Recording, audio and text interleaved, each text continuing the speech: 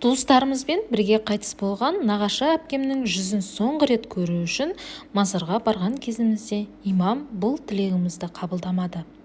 Табытты ашты, бірақ кебіннің басындағы бауларды ғана шешті. Мәйіт қабірге түсірілгеннен кейін қатар-қатар тақтайлар қойыла бастады. Енді оның дүниемен байланысы қалған жоқ.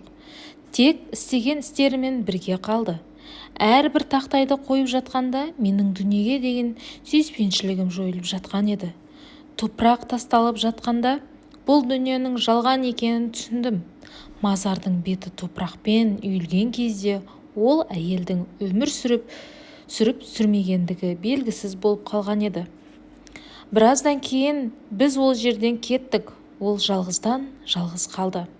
Міне сол кезде өз жағдайыма қарап іштей қынжыла бастадым.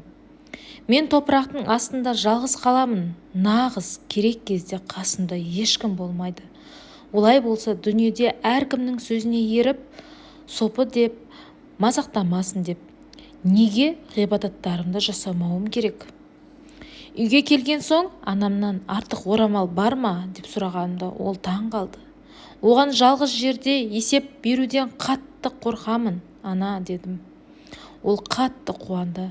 Ғибадат жасауды бастадым. Күйеуім де қуанды. Бірақ айналамдағы адамдар маған жассың, әдемісің, не болып кеттің, өмір сүріп қалмайсың ба дей бастады. Не десем де оларды сендіре алмадым. Сосын оларға былай дедім. Бұл жерде маған ақыл айтуларыңа болады. Егер мазарда да мені жалғыз қалдырмайтындарыңа сөз берсеңдер, сендердің айтқандарыңды істейін.